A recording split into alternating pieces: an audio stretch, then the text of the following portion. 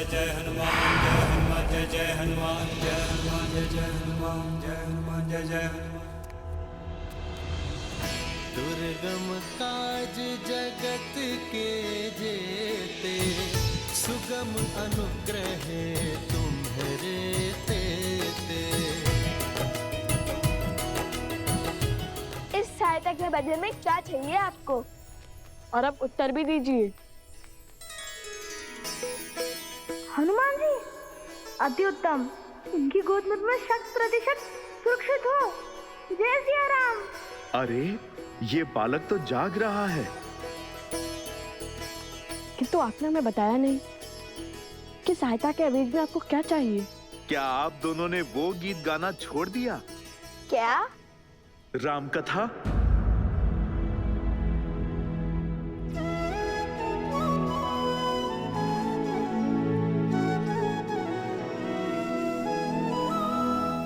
अद्भुत गान किया था आपने।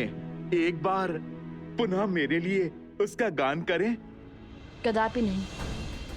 प्रभु श्री राम और माता सीता के प्रति हमारे मन में श्रद्धा और समर्पण अडिग है। इसलिए जब तक हम अपने प्रश्नों का उत्तर नहीं पा लेते, हम राम कथा का गायन भी नहीं करेंगे।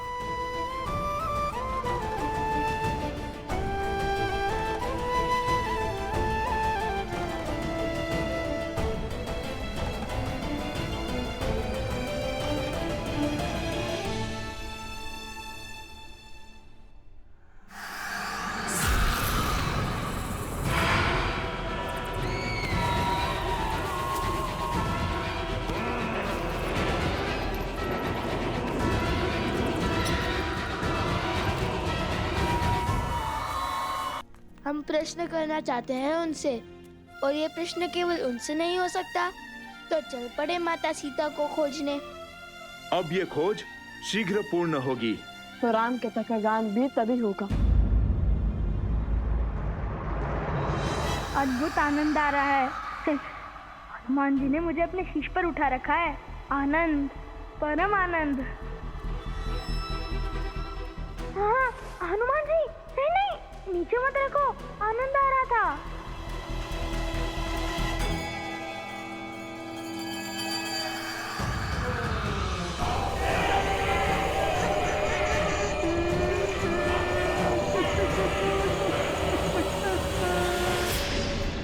कलाकार तो कला के लिए हठी ही होता है ना? केवल कला नहीं, अपने सिद्धांतों के लिए भी।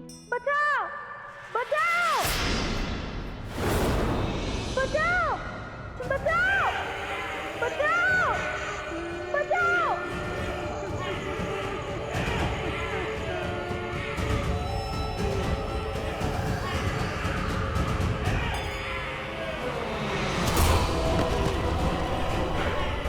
भोजन, अरे भोजन।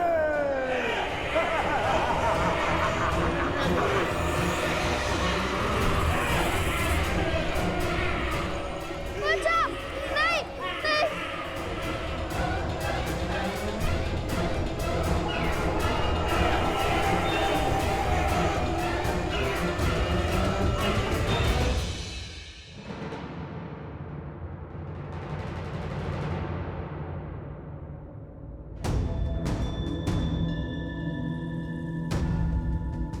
मेरा हृदय कहता है कि मेरा भाई शत्रुघ्न यहीं कहीं पास ही में है, और मैं ये भी जानता हूं कि निश्चित रूप से वो सुरक्षित भी है। भला दो कलाकार ऋषि कुमार महावीर शत्रुघ्न को क्या ही क्षति पहुंचा देंगे। राज अनुज, जब से हम यहाँ आए हैं तब से केवल एक कुटीर के द्वार खुले हैं और उसके बाहर बहुत सा चारा रखा था, किंतु कुछ समय बाद बहुत सा चारा लुप्त हो गया। वहां किसी के होने की आशंका लगती है। कहाँ है वो स्थान? वहां।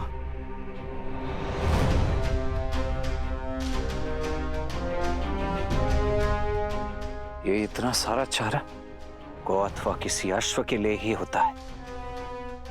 भैया का आदेश ना होता तो मैं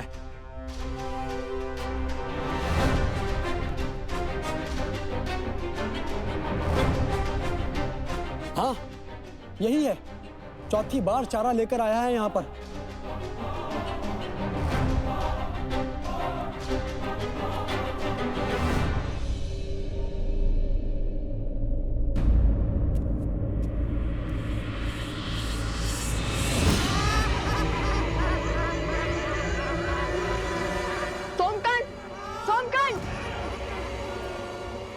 हनुमान जी, आपको तो हमारी सहायता करनी थी ना।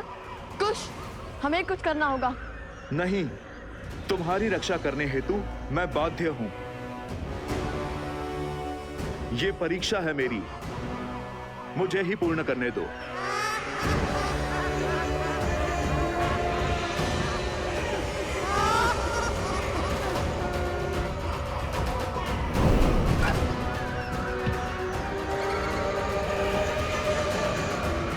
जय श्री राम।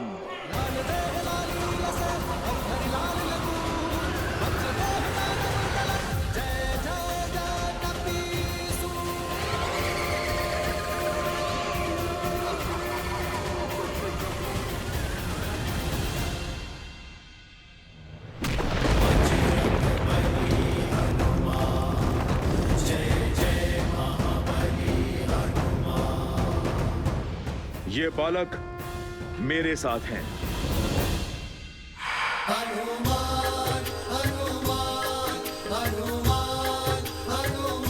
जय श्री राम।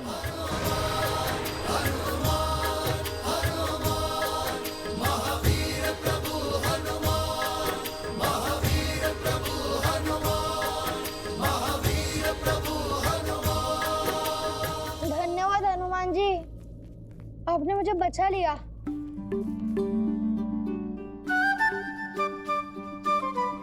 वैसे मैं भयभीत नहीं था, मैं तो बस देखना चाहता था कि आप उन्हें कैसे भगाते हैं। बहुत उत्तम शक्ति प्रदर्शन किया आपने। अब तो आपने भी जान लिया होगा, इसे अकेले छोड़ना सही नहीं है।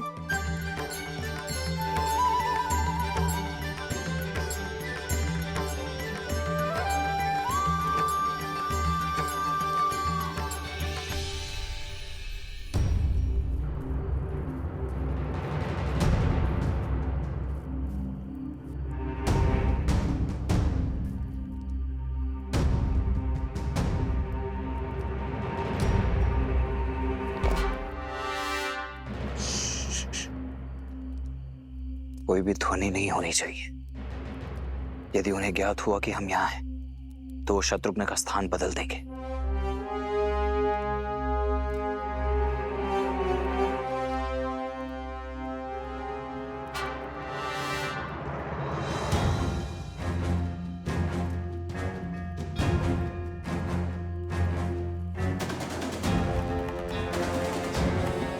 असंभव। अभी कुछ ही क्षणों पूर्व तो यहां इतनी सारी घास रखी हुई थी, अभी अभी समाप्त।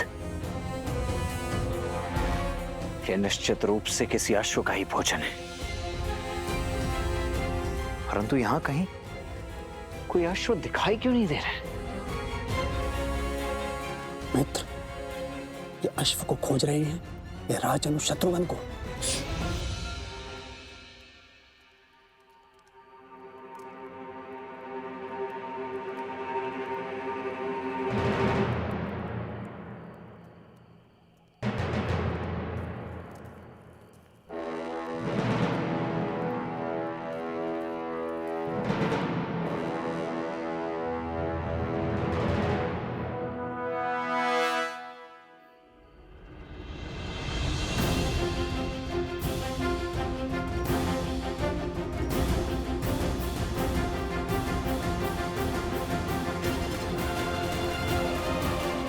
आर्य सुमंत। जी महाराज। सभी गुरुकुलों में शिक्षा शीघ्र ही आरंभ हो जानी चाहिए। अश्वमेध के विलंब का प्रभाव शिष्यों पर नहीं पड़ना चाहिए। जी भैया,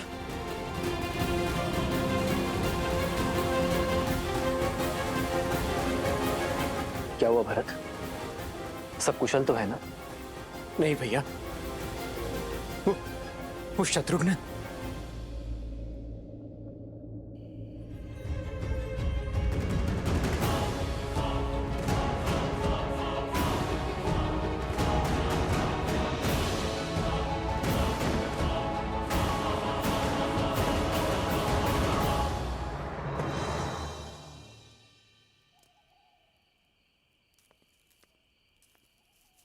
शत्रुघ्न, शत्रुघ्न,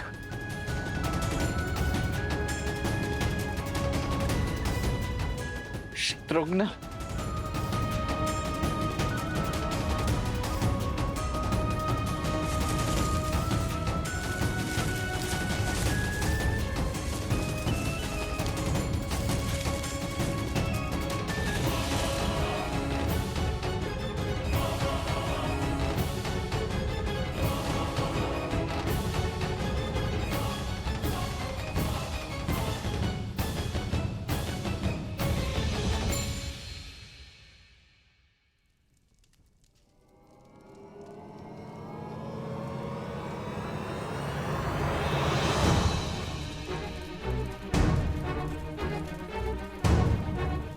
भैया ये देखिए, शत्रुघ्न का आसन। ये तो अवश्य अनिष्ट का प्रतीक है। किंतु ये सब हुआ कैसे भरत? संध्या के पश्चात जब सेवक दीपक बुझा रहे थे तब।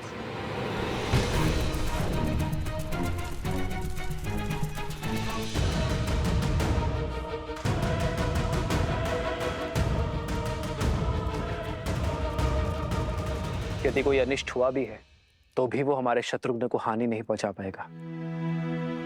हनुमान और लक्ष्मण उसे खोजने गए हैं ना। भैया मैंने लक्ष्मण की ओर एक दूत भेजा था और उसकी कोई सूचना नहीं मिली। मेरा मन बहुत घबरा रहा है। जब तक स्वयं सूत नहीं लूंगा तब तक मेरा मन अधीर ही रहेगा। आप मुझे आज्ञा दीजिए। प्रकृति कभी सीधे संदेश नहीं देती। भिन्न भिन्न मार्गों से, भिन्न भिन्न संकेतों से हमें अपनी बात समझाती है महाराज। जी आचार्य। और उन ऋषि कुमारों का लक्ष्मण और शत्रुघ्न को आहत पहुंचाना असंभव है। यदि वो दोनों चाहते तो सम्मोहन अस्त्र का प्रभाव कर बेसुध शत्रुघ्न को हानि पहुंचा सकते थे, किंतु वो लौट गए। अवश्य ही कोई कारण है जो हमें ज्ञात नहीं है। भैया ये घटना उससे भी अधिक चिंताजनक है।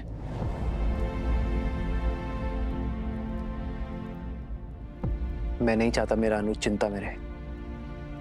कल सूर्य की पहली किरण के साथ तुम प्रस्थान करोगे भरत।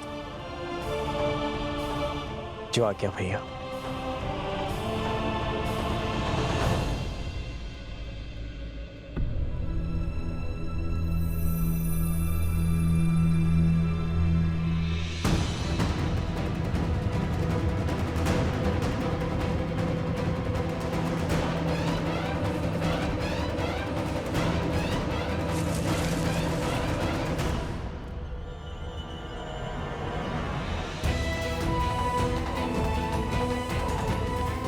शत्रुघ्न का मुकुट और धनुष।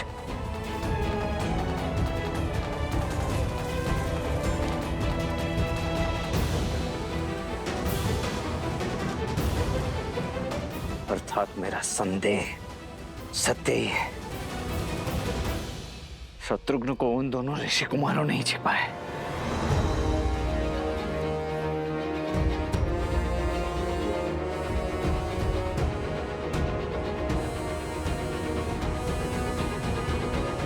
भीतर चलते हैं। कदाचित वहीं हमें इन सबको पुनः जीवित करने का और ये प्रेतों का स्वांग समाप्त करने का मार्ग मिल जाए।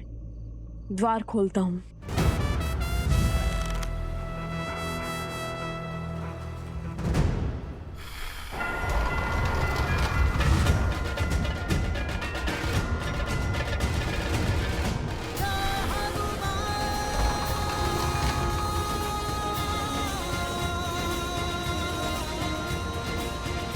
हनुमान जी, आपके बल से परिचित है हम, किंतु ये कार्य अगस्त्य ऋषि ने हमें सौंपा है, तो कृपया करके ये दायित्व हमें ही उठाने दे।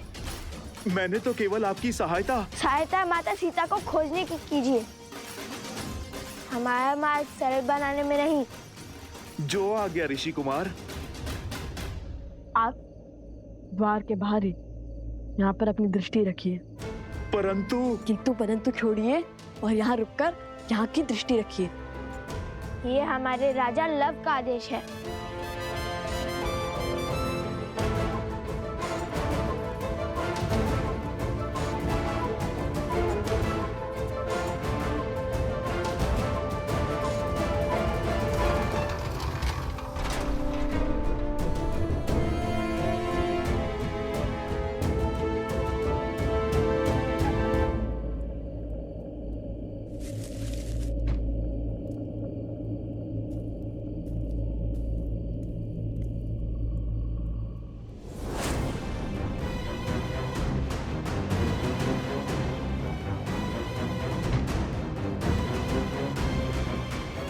अरे यहाँ कौन आया था?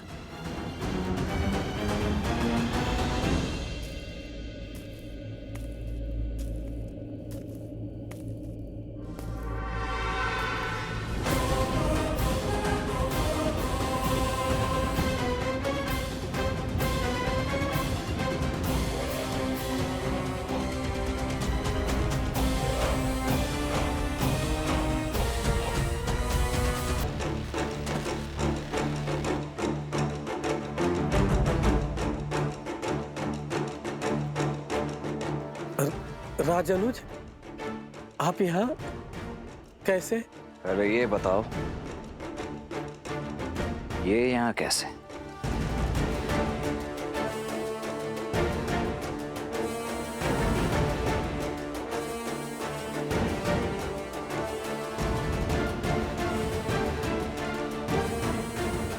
देखो, इतना तो मैं भली भांति समझ गया हूं कि मेरा भाई है यहीं कहीं, परंतु उसे छिपाया कहां गया है ये अब तुम बताओगे।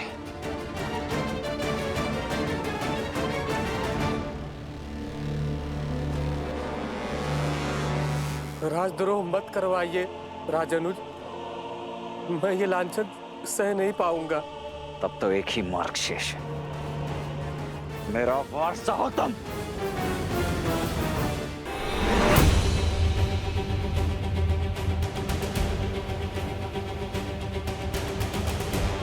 अब प्रश्न केवल अश्व का नहीं, मेरे भाई राजानुज शत्रुघ्न का भी है, इसलिए आप मेरे धैर्य की परीक्षा मत लो। सत्य बताने के लिए सज्ज हो जाओ, अन्यथा मैं सज्ज हूं मैं, ले लीजिए मेरे प्राण।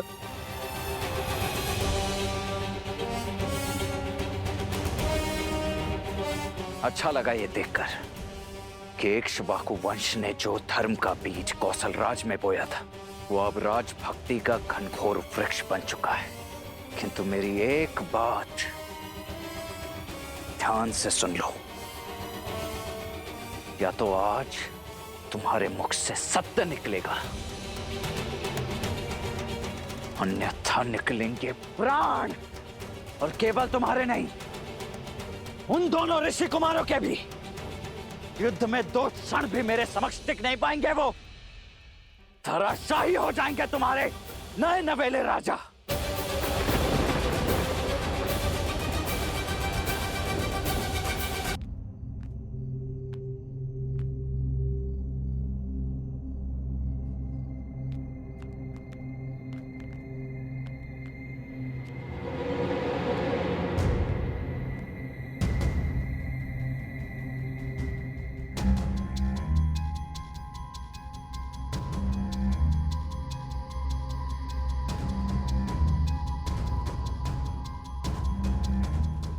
भैया, यहाँ तो कोई नहीं है। क्या हम राजा शततीर्थ का आह्वान करें, उन्हें युद्ध के लिए ललकारें? किंतु क्या शत्रु का आह्वान करना उचित होगा? क्या प्रेत रूप में वे हमारी बातें समझ पाएंगे?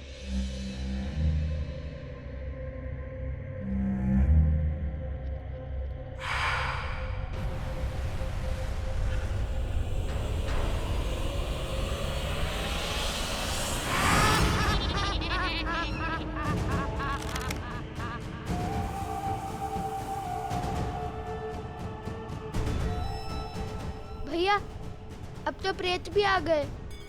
अब राजा को बुला ले, कदाचित वो हमारी बात सुने और ये उनकी, क्योंकि ये हमारी बात सुनने वाले नहीं है। इन सब से बात करने से उचित है एक से ही बात करें। राजा सतदीप, हम लवकुश भगवान वाल्मीकि के शिष्य ऋषि अगस्त्य की आज्ञा से आपके राज्य में पुनः धर्म का प्रसार करने आए हैं। प्रेतों के संहार का मार्ग खोज लिया? अरे हम तो केवल दांव चल रहे हैं। तुम्हारे दांव में मेरे प्राणों के बीच क्यों फंसा रहे हो?